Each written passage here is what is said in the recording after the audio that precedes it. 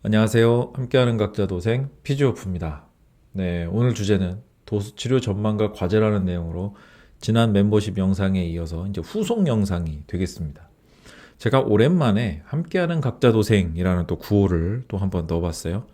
네, 그만큼 앞으로 이제 도수치료가 어떤 방향으로 흘러갈 것인가 이런 점들이 우리가 많은 관심을 갖고 있는 부분이죠. 그래서 이제 그 방향을 조금 더 우리가 생각해보고 거기에 맞게 대응해보자라는 차원에서 이번 시간을 마련했습니다. 네, 지금 보시는 문서는 2024년 2월 2일에 발표된 보건복지부의 2차 국민건강보험 종합계획안입니다. 이제 24년 초에 발행한 이제 계획안이 되겠는데요. 여기서 이제 세 가지 큰 틀로 가닥을 잡았습니다. 실손보험과 관련해서, 특히 이제 비급여와 관련해서 첫 번째, 정보 비대칭에 대한 해소다. 그리고 두 번째는 실손보험 자체를 개선하는데 서로 논의하자. 그리고 세 번째, 혼합진료 금지, 그리고 비급여 관리를 강화하자. 이렇게 이제 세 가지가 되겠습니다. 비급여 정보 비대칭 해소, 그다음 실손보험 개선, 그다음에 세 번째로 나와 있는 혼합진료 금지 등의 비급여 관리 강화. 자, 이제 사실 여기 네모 박스난 빨간색으로 나와 있는 네모 박스난이 우리 물리치료사들과 직접적으로 좀 더 관련이 있는 부분이라고 할 수가 있겠습니다. 혼합진료 금지라는 항목에 대해서는 보면 비중증 과잉 비급여해서 예로 딱 두 가지를 특정했습니다. 도수치료와 백내장에 해당하는 부분을 딱 특정을 했어요. 그래서 이제 혼합진료 금지 적용을 추진하겠다. 이거는 특히 이제 도수치료를 하면서 이제 재진하게 될 때 혼합진료 비율을 한번 따져봤어요. 도수치료가 89.4%, 그리고 체해충격파가 95.6%. 그러니까 실손보험 지출 상위 비급여 혼합진료 비율 이렇게 있죠. 2020년도를 기준으로 봤을 때 도수치료와 체해충격파가 월등히 높습니다. 사실 높은 쪽에 이제 이렇기 때문에 혼합진료를 금지한다. 그러니까 비급여와 급여 진료, 여기 이제 진찰료가 포함된 급여 진료를 이제 중복시키지 않겠다라는 내용입니다. 자, 그렇게 되면 급여 부분에 이제 과잉 지출된다라고 여기에 문건에 명시된 부분들에 대한 건강보험에 대한 재정을 절약할 수 있는 부분들이 될 수가 있겠죠. 사실 그런데 지금 도수치료가요, 매년 거의 이제 도수치료 시장이 1조가 넘는 금액이 왔다 갔다 하면서 그 1조가 넘는 금액 중에서 급여에 해당하는 비중은 그렇게 큰 어떤 비중을 차지하지는 않습니다. 그러니까 이 상황은 보면 어떤 상황이라고 우리가 이제 조금 평가할 수가 있냐면, 급여에 대한 부분을 조금 절감하는, 재원을 절감하는 차원에서 지금 혼합진료 금지라고 해놨지만 사실 이거는 비급여에 대한 컨트롤을 하기 위한 하나의 큰 명분, 타이틀이라고 이제 볼 수 있겠습니다. 그래서 이제 혼합진료를 금지하면서 이제 두 번째로 따라오는 항목이 뭐냐면 퇴출 기전입니다. 사실 지금 4월에 발표된 문건에 비춰서 우리 선생님들이 이제 퇴출 기전이다 해가지고 되게 지금 조금 이거 도수치료 퇴출되는 거 아니야 하면서 이제 걱정을 하시는데, 일단 2월에 발표된 내용을 보면 똑같습니다. 이 문구는 주기적 의료기술 재평가입니다. 의료보건연구원 수행 이렇게 돼 있죠. 이게 재평가를 하는 주체는 일단 그 단체는 의료보건연구원이라는 겁니다. 그래서 의료보건연구원에서 의료기술 재평가를 주기적으로 함으로 인해서 치료의 효과성을 검증하고 또 그것을 공개하겠다라는 것이죠. 자, 이제 문제 항목은 이랬습니다. 여기서 이제 문제 항목이라고 언급을 했기 때문에 이것을요, 도수치료 퇴출 기전에 있어서 가장 이거를 특정해서 도수치료다라고 이제 하는 것보다는 여러 가지 비급여 항목들이 있을 수 있잖아요. 그래서 이제 비급여 항목들을 주기적으로 의료기술 재평가라는 어떤 제도를 통해서 이게 문제가 있냐 없냐, 효과성이 있냐 없냐, 이거를 들여다보겠다라는 겁니다. 적극적으로. 그래서 문제가 되는 항목은 정말 실효성도 없고 경제성도 떨어지고 국민들에게 이득이 되지 않을 만한 그런 문제 항목이다라고 판단이 된다면 비급여 목록에서 퇴출도 가능하다. 비급여 목록에서 퇴출되니까 이제 사용이 이제 불가하게 되는 것이죠. 자, 그런데 이제 이 내용을 이제 조금 이제 우리가 4월 26일 날 발표된 이 문건과 좀 이제 비교를 해보겠습니다. 주기적 의료기술 재평가 이렇게 돼 있죠. 그리고 문제 항목은 비급여 목록에서 퇴출 이렇게 돼 있습니다. 근데 여기 이제 세부 추진 일정 이게 이제 어떻게 보면 좀 도화선이 더 된 거죠. 도수치료 의료기술 재평가 결과가 언제 나오냐면 8월에 나온다. 그러면 이거하고 이렇게 이제 연관시켜 보면 의료기술 재평가라는 거를 통해서 이거 문제 항목으로 딱 특정이 되면 이제 비급여 목록에서 퇴출되는 거잖아. 그러면 지금 도수치료를 어떻게든 억제하려고 하는 상황인데 이거 뭐 좋은 평가 줄 수 있겠어? 이거 자칫 잘못하면 이거 퇴출되는 거 아니야? 이거 도수치료 이제 끝난 거 아니야? 이제 이렇게 좀 생각하시는 경우가 많더라고요. 자, 그런데 우리가 이제 조금 더 생각해 봐야 될 점이 뭐냐면 주기적이라는 표현입니다. 지금 의료보건연구원에서 이 도수치료라는 어떤 분야를 가지고 의료기술 재평가라는 어떤 제도를 통해서 이거를 들여다보는 게 이번 8월이 처음이에요. 그러니까 첫 보고서가 나오는 공식적으로 첫 보고서가 나오는 게 8월입니다.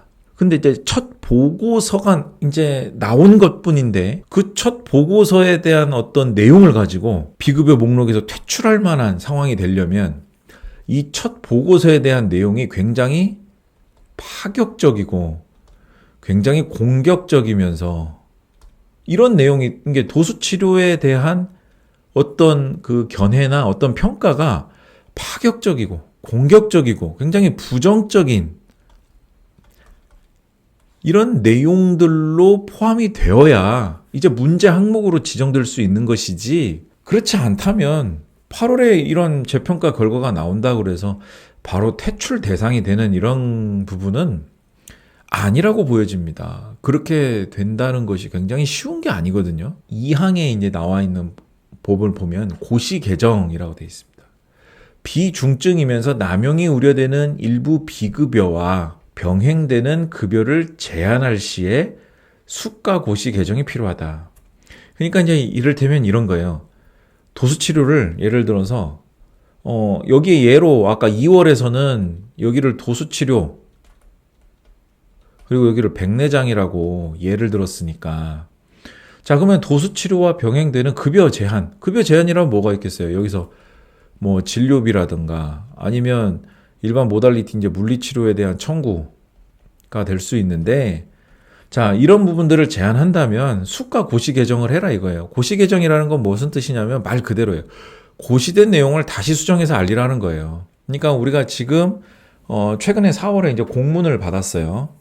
비급여 항목들 병원에서 하고 있는 비급여 항목들과 그 금액을 정보를 올려라 라는 공문이 병원마다 왔습니다. 비급여에 해당하는 부분들이 여러 가지가 있을 수 있잖아요. 뭐 주사 부분에서 이제 비급여도 있을 수가 있고요. 자, 그렇기 때문에 자, 이러한 어떤 행정 규칙의 개정이 필요하다 할 때는요. 그 몇 년 이 문구들을 뜯어보면 굉장히 이게 되게 어려운 용어 이제 이런 식으로 되어 있지만 사실 별거 없습니다. 그냥 고시 개정이에요. 말 그대로. 그러면 알려진 거를 좀 수정해야 되겠네. 이런 개정도 필요하네. 네, 이런 부분들에 대해서 토론해보자라는 겁니다. 그냥 그렇게만 받아들이시면 될 것 같아요. 너무 걱정하지 마시고요.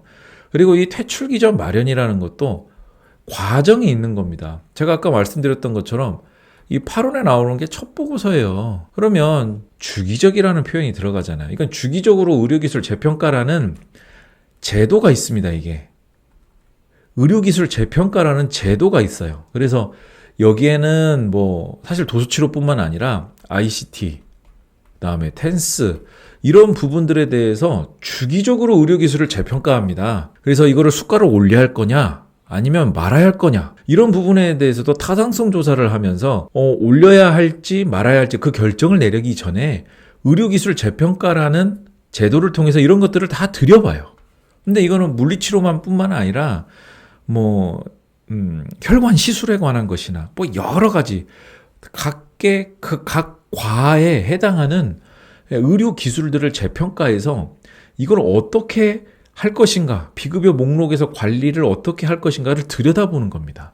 이제 그 항목들에 이제 도수 치료를 넣은 것 뿐이에요. 그러니까 도수 치료는 지금 주기적으로 의료기술 재평가라는 이 제도를 주기적으로 모니터링 받은 게 아닙니다. 이번이 처음이에요. 그러니까 이번이 처음인데 문제 항목으로 분류될 확률이 높을까요? 그거 정말 막장으로 간 거거든요. 그건 정말. 네, 그래서 사실 그렇게 가기에는 이치적으로도 맞지도 않고 지금 이 도수치료 시장을 너무 혼잡하게 만들어 버릴 수 있는 상황이기 때문에 보건의료연구원에서 나오게 되는 어떤 그 연구 정책의 방향이나 이 연구 자료를 가지고 이제 비급여 목록을 관리하는 행정 이런 어떤 부서들이나 행정과 연구 자, 이런 부분들이 서로 보조를 맞춰서 나가기 때문에 너무 그렇게 급진적으로 나가지는 않을 거다라는 점을 다시 한번 명확하게 말씀을 드리겠습니다. 자, 그래서 이런 부분들을 좀 보면 주기적이라는 표현이 좀 중요할 것 같고요. 의료기술 재평가라는 제도가 있는 겁니다. 다시 말씀드릴게요.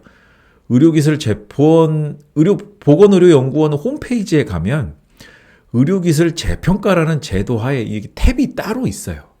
거기에 여러 의료 항목들, 의료 기술들에 대한 재평가를 해서 지금 진행 중이다. 혹은 진행이 완료되었다. 보고서가 제출 완료되었다. 라고 그렇게 과정들이 지금 나와 있는데 지금 현재 오늘 5월 13일자 제가 들어본 바로는 아직 그 보고서가 업데이트도 안 돼 있습니다. 진행 중으로도 표시가 안 돼 있어요. 그러니까 이제 평가가 막 이제 시작되어서 조금씩 가는 겁니다. 그러니까 첫 보고서가 나오고 이런 도수치료라는 1조가 넘는 시장을 들여다보는 것인데 그 평가가 완전할 수가 없죠, 당연히. 그래서 주기적인 평가가 필요한 겁니다. 이렇게 시간을 거쳐서 주기적인 평가를 하게 된다면 우리가 해야 할 일은 뭔가 이거예요. 당연히 치료 효과성을 검증하게 되기 때문에 우리는 열심히 효과를 내주기 위해서 지금 하는 그대로 일상생활 유지하면서 열심히 환자 치료해서 도수치료가 정말 효과가 있는 거다라는 거에 대한 입증을 하면 되는 거예요. 지금 뭐 물리치료가 끝났다, 이제는 뭐 비전이 없다 이런 얘기할 때가 아니라는 얘기예요. 제가 봤을 때는. 예, 뭐든지 장단점이 있습니다. 예, 뭐든지 어떤 현상이나 어떤 결정에는 장점이 있고 단점이 있어요. 이게 공존합니다, 이게. 그러니까 의료보건연구원에서 이제 도수치료라는 걸 들여다보기 시작했으면 단점이라는 건 뭐냐면 이제 통제를 받게 되는구나라는 단점이 있게 되는 거죠. 하지만 통제라는 것은 결국 어떻게 보면 장점도 존재를 하는 겁니다. 그동안 도수치료라는 게 무분별하게 남용이 됐다는 건 우리 모두 인정을 하죠. 그렇기 때문에 정말 이 한정된 자원이 빨리 고갈되는 어떤 심각한 부작용도 갖게 됐던 거예요. 만약에 이게 적절하게 통제가 되었다면 지금 우리는 아주 잘 체계를 만들어가면서 이 도수치료라는 제도를 활용하고 있을지도 모릅니다. 자, 그래서 8월에 이 첫 평가가 나올 때 조금 예의주시해서 이제 보면 되는 것이고, 제가 이제 지난 시간에 이 실손의료보험 도수치료 현황과 과제라는 이 리포트를 잠깐 언급을 드렸는데, 여기 보면 이제 연구위원께서 직접 이렇게 리포트를 주셨어요. 이 연구는 어디에 나오는 연구냐 하면 보건의료연구원에서 발행한 리포트입니다. 그러니까 굉장히 이거를 잘 들여다보면 방향이 보여요. 그래서 지난 시간에는 의원급에서 이렇게 2022년에는 최고가가 50만 원이었는데 2023년에는 최고가가 60만 원으로 이렇게 조사가 된 내용에 대해서, 그리고 이제 앞으로 도수치료의 방향에 대해서는 어떻게 될 건가 하는 점을 설명을 드리면서요. 제가 이 점을 말씀을 드렸어요. 1회 한도당, 이 치료 1회당 그 보장되는 한도가 설정되어 있지 않다. 한 번의 통원 시 고가로 도수치료를 받을 수 있다. 왜냐하면 통원 1회당 보장 한도가 설정되어 있지 않기 때문에. 그래서 앞으로 관계 당국에서, 그리고 민간보험 그 어떤 기업 단체에서 앞으로 컨트롤을 통제를 하려고 하는 것은 바로 이 부분일 것이다 라고 제가 이제 말씀을 드렸죠. 자, 그래서 여기 보면 조금 더 이제 들여다보면 도수, 체외 충격파, 증식 치료의 평균 가격 등을 고려하여 통원 1회당 보장 한도 설정을 고려할 수 있다 라고 정책연구원에서 지금 제안을 한 겁니다, 이게. 네. 다시 도수, 체외충격파, 증식 치료의 평균 가격 등을 고려하여 통원 1회당 보장한도 설정을 고려할 수 있다. 자, 근데 여기 조그마한 글씨로 이제 각주가 되어 있지만 도수치료 평균 가격은 10만 7,027원. 그 다음에 체외충격파 평균 가격은 82,420원. 그 다음에 증식치료 평균 가격은 7만 185원. 이렇게 조사가 되어 있습니다. 평균 가격이. 자, 이 평균 가격 등을 고려하여 통원 1회당 보장 한도를 설정을 고려할 수 있다. 지금 이게 핵심이에요. 이게. 자, 그러면 이렇게 가기 위한 명분은 뭐냐? 명분이 있어야 이렇게 이제 일의 한도를 설정할 수 있을 거 아니겠습니까? 그게 이제 명분이 이제 이런 겁니다. 도수치료 기준이 없기 때문에 그런 어떤 시행 가이드라인을 마련한다. 혹은 국민건강보험 급여를 적용해서 저렴하게, 이 표현만 보면 돼요. 저렴하게. 그러니까 급여 적용이 된다는 건 사실 이건 현실적으로 어려운 일이잖아요. 그러니까 이런 항목을 넣어놓은 건 설문조사를 통해서 지금 총 500명 가운데 이렇게 응답률이 이렇게 나오는 것인데, 국민건강보험 급여 적용을 통해 저렴하게 치료받을 수 있게 요양급여가 필요하다. 이 항목을 넣는 이유가 뭐냐면 지금 너무 비싸다는 이미지를 주는 거거든요. 지금. 자, 세 번째, 도수치료에 대한 효과와 부작용 등에 대한 정확한 실증이 필요하다. 자, 도수치료 비용, 필요성, 부작용, 시술자의 이력 등의 의무적인 설명이 필요하다. 그리고 도수치료 외에 고가의 비급여 항목을 과잉 처방하지 않도록 기준을 마련하는 것이 필요하다. 그리고 도수치료 시술자의 자격 기준을 마련하는 것이 또 필요하다. 지금 이렇게 건강보험, 비급여 치료 등의 문제점 개선 방안을 한국소비자원에서 2016년도에 지금 갖고 온 자료예요. 여기서 이제 이 도수치료 개선 방안으로 지금 이렇게 항목을 해놓고 거기서 500명을 대상으로 도수치료를 받은 500명을 대상으로 지금 설문조사를 한 겁니다. 500명의 그 설문조사 결과가 도수치료, 치료 기준이나 시행 가이드라인을 마련한 거에 응답자가 28%로 가장 많았다. 그러니까 기준을 마련한다는 게 지금 무슨 뜻이에요? 도수치료 기준을, 치료적인 방법, 기준을 어떻게 마련해요? 관계당국이. 치료 방법에 대한 분야가 너무 많은데, 도수치료라는 영역이 범위가 얼마나 많은데, 이걸 치료 기준을 어떻게, 방법론을 어떻게 설정할 수가 있습니까? 그러니까 치료 기준을 마련한다는 것은 지금 뭘 말하는 거냐면 통원 1회당 보장 한도를 설정하는 것과 관련이 있는 거예요. 그걸 지금 치료 기준이라고 지금 이렇게 보이지 않게 지금 이렇게 해놓는 겁니다. 그래서 방금 말씀드린 것처럼 도수치료 평균 가격이 10만 7천 원으로 지금 평균 가격이 나와 있거든요. 그러니까 이 평균 가격 등을 고려해서 1회당 보장 한도를 설정할 수 있다. 자, 다시 한번 볼게요. 지금 도수치료에 관한 연구원에서 제안한 내용은 1회당 가격에 대한 가이드라인을 마련하는 거죠. 자, 주기적으로 의료기술을 재평가하는 어떤 이 제도를 통해서 치료 효과성을 검증하고 공개할 겁니다.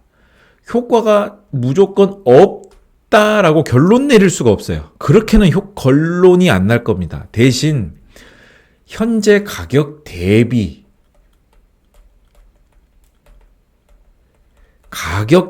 효과성을 말하는 거죠. 가격 대비 효과성을 검증해서 공개하겠다 이겁니다.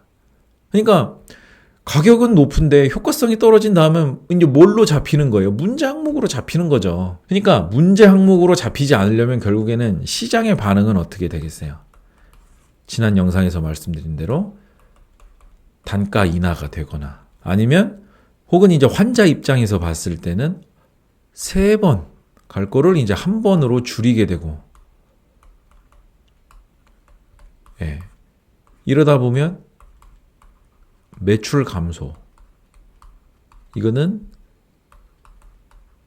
인력 구조를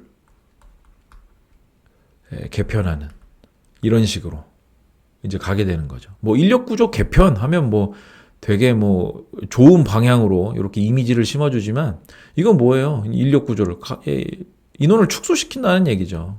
예. 그렇죠. 이제 이런 식으로 가는 겁니다.